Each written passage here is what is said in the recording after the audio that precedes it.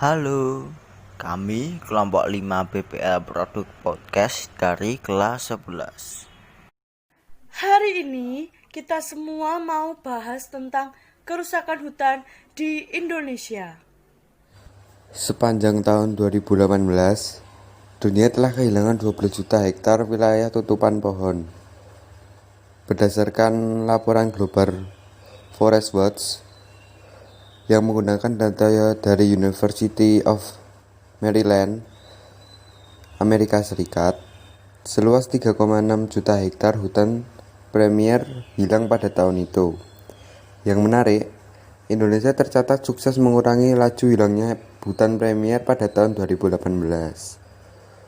Penurunan ini melanjutkan kesuksesan penurunan hilangnya hutan primer yang dimulai sejak 2017 lalu.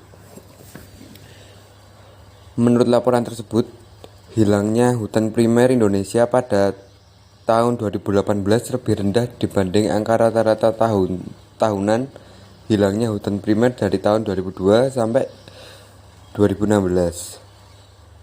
Global Forest Watch mencatat pada tahun 2018, Indonesia mengalami 40% penurunan besarnya rata-rata hilangnya hutan primer per tahun. Meskipun begitu, Indonesia masih mengalami kehilangan hutan primer yang besar pada tahun 2018. Hutan primer adalah wilayah yang sangat penting bagi ekosistem. Jenis hutan ini ditumbuhi oleh pohon-pohon yang usianya bisa mencapai ratusan bahkan ribuan tahun.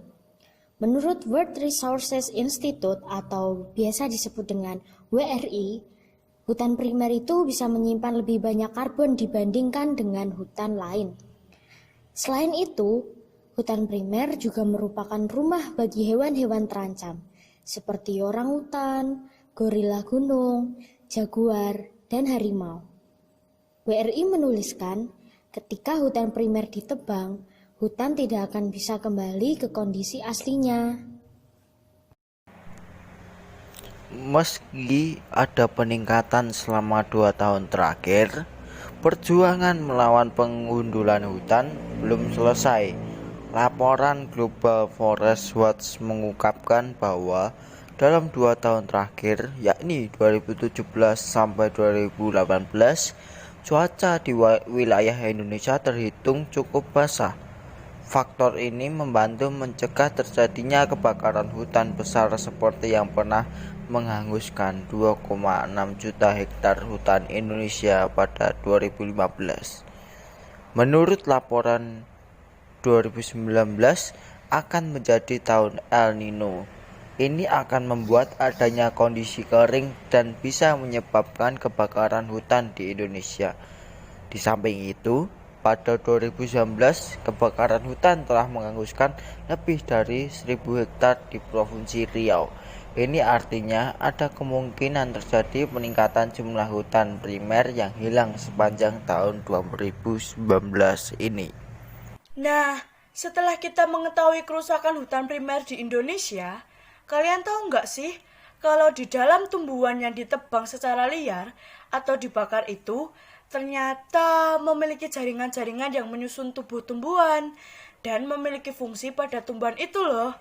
Nah, mari kita simak. Apa itu jaringan?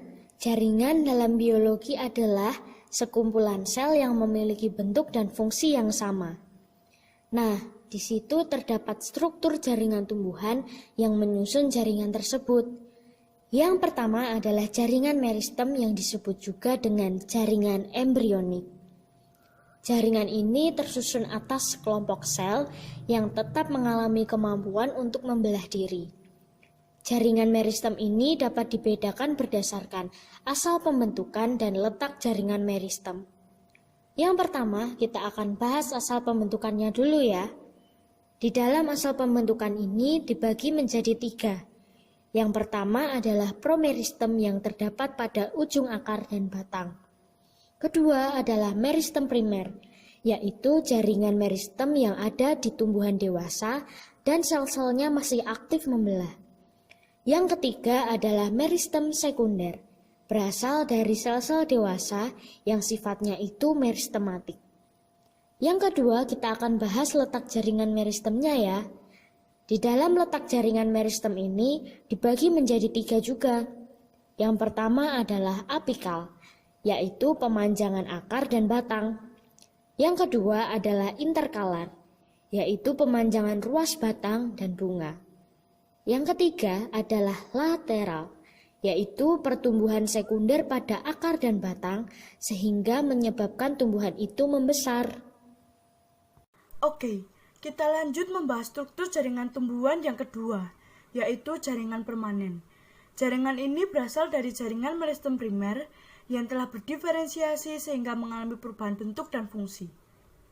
Ciri khas yang dimiliki jaringan permanen atau dewasa adalah dinding selnya sudah mengalami penebalan, bentuk sel-selnya relatif permanen, umumnya tidak melakukan pembelahan lagi, memiliki rongga sel yang rendah, memiliki ukuran yang relatif besar dibanding sel-sel meristem, kadang-kadang selnya telah mati.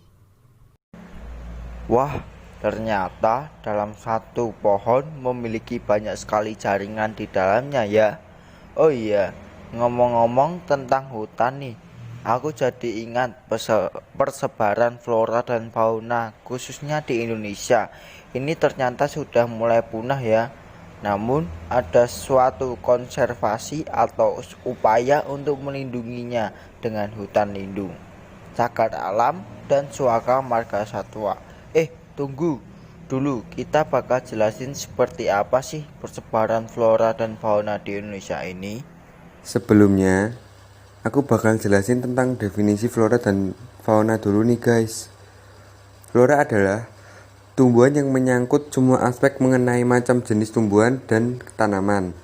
Sedangkan fauna adalah hewan yang mencakup segala jenis hewan serta kehidupannya yang berada di wilayah dan di waktu tertentu. Di dalam persebaran flora dan fauna juga terdapat faktor yang mempengaruhi dan faktor penghambat. Kita bahas dulu faktor yang mempengaruhi ya. Faktor yang mempengaruhi itu ada banyak. Di antaranya klimatik, yaitu faktor iklim yang meliputi suhu, sinar matahari, kelembapan angin, dan curah hujan. Selanjutnya ada edafik atau tanah, yang merupakan media tumbuh bagi flora. Lalu ada makhluk hidup seperti manusia, tumbuhan, dan hewan. Dan faktor yang terakhir adalah topografi. Selanjutnya kita bahas faktor penghambat. Ada banyak faktor penghambat, di antaranya adalah bentang alam.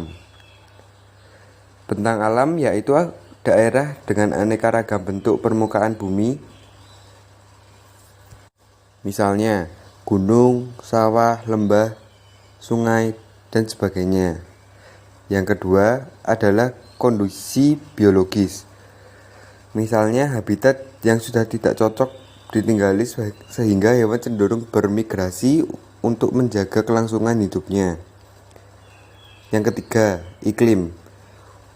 Unsur iklim dapat menjadi penghambat dalam persebaran flora dan fauna, antara lain suhu, kelembapan udara, dan curah hujan. Dan yang terakhir adalah tanah. Kondisi tanah erat kaitannya dengan tumbuh kembangnya vegetasi tertentu.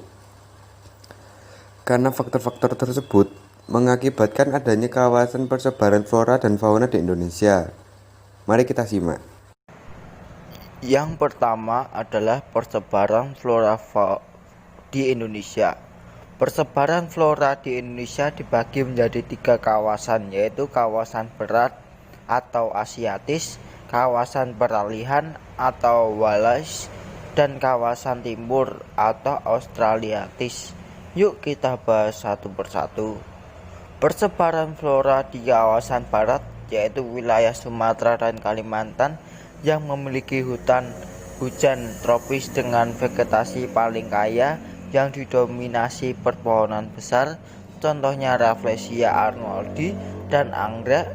Lalu di wilayah Jawa bagian barat itu memiliki hutan hujan tropis, tepatnya ada di ujung Kulon, Bogor, dan Pangandaran. Selanjutnya di wilayah Jawa Barat sampai Jawa Timur memiliki kawasan hutan muson tropis yang berisi pohon jati.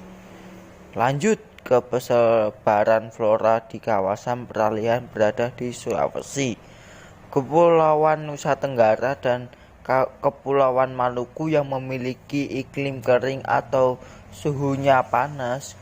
Contoh vegetasi yang berada di sana adalah vegetasi sabana dan stepa tropis berada di Nusa Tenggara.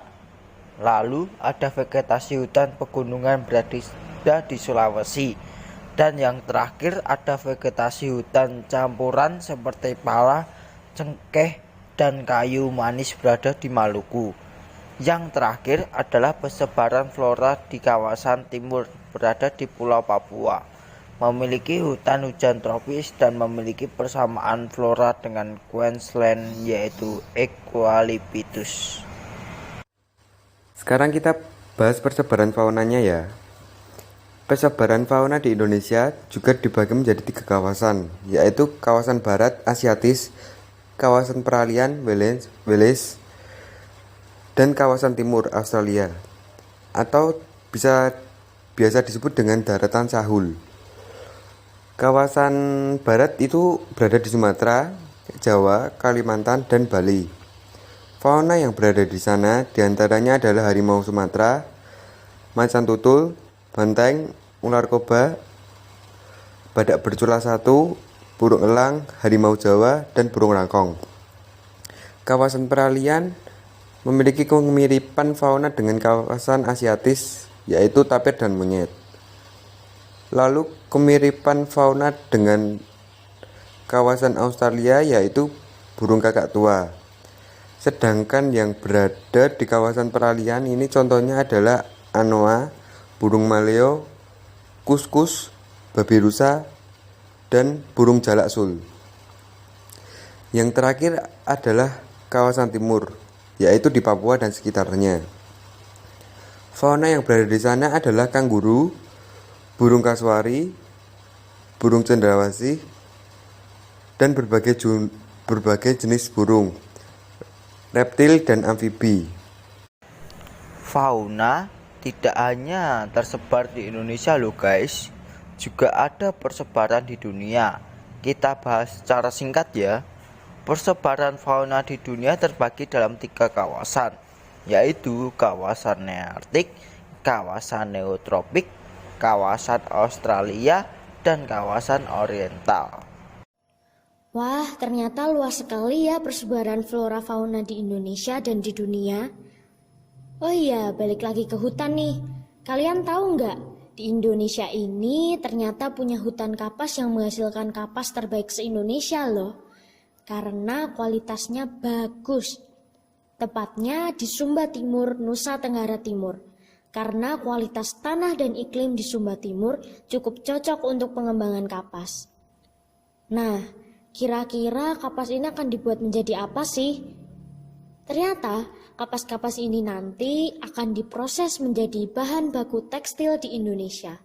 Salah satunya menjadi kain yang kita pakai sehari-hari. Nah, biasanya sisa-sisa kain yang sudah tidak terpakai langsung dibuang begitu saja, sehingga menjadi sampah. Eits, kalian tahu nggak sih? Ternyata sisa kain ini bisa menjadi barang berguna loh, dan tentu saja dapat menghasilkan uang. Kira-kira barang apa ya itu? Dari sisa kain tadi, dapat kita gunakan untuk membuat taplak meja dari kain perca loh. Mungkin terdengar aneh ya, tapi ini merupakan karya yang mudah dan indah. Bisnis kerajinan industri rumahan kain perca termasuk salah satu peluang usaha yang bisa dijalankan dengan modal kecil, tapi untungnya cukup besar. Bahan baku kain perca bisa didapatkan dengan harga murah dari para penjahit yang ada di sekitar lokasi kalian. Bahkan, jika kalian bisa menjalin hubungan baik dengan pelaku bisnis konveksi, pasokan potongan kain perca bisa didapatkan secara cuma-cuma dari mereka. Daripada mereka buang, lebih baik dimanfaatkan oleh para pengrajin, bukan? Nah, selain itu, juga terdapat kendala yang sering dihadapi oleh para pelaku usaha ini, yaitu tingkat persaingan yang semakin ketat. Saat ini, sudah banyak pelaku bisnis yang memproduksi aneka macam barang dari kain perca. Mereka bersaing untuk merebutkan perhatian konsumen.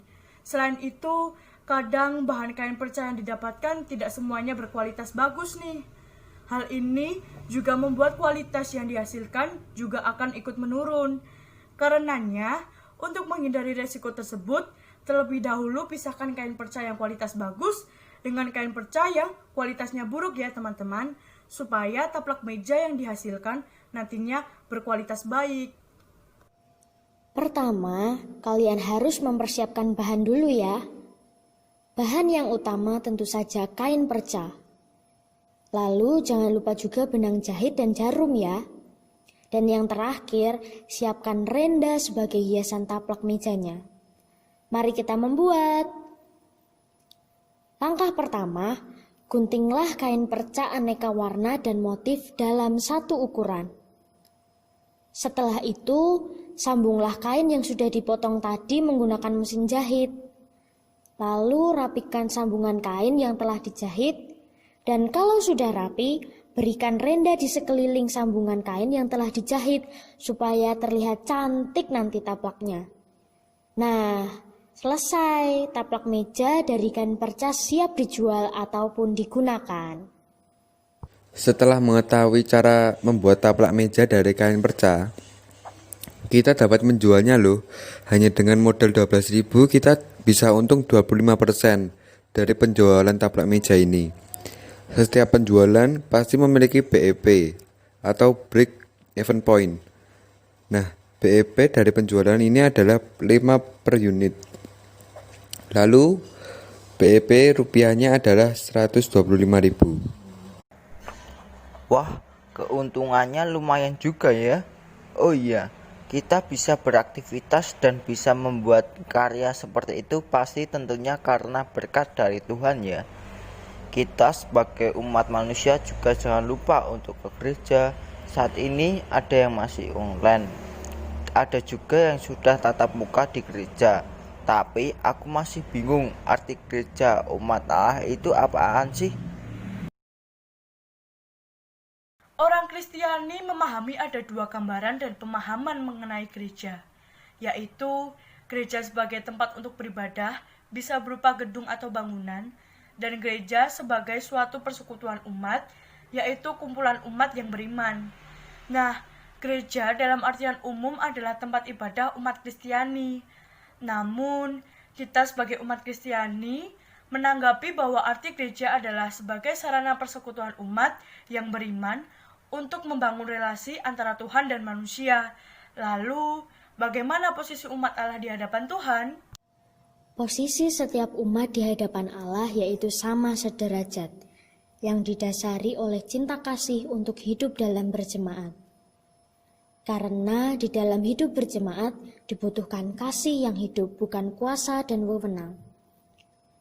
Dengan demikian, kita diajak untuk menyadari bahwa sebagai warga umat Allah, kita masing-masing secara pribadi itu dipanggil untuk melibatkan diri secara penuh dalam kehidupan menggereja. Oke guys, sudah jelas semuanya ya. Sekian dulu podcast kami dari kelompok 5. See you.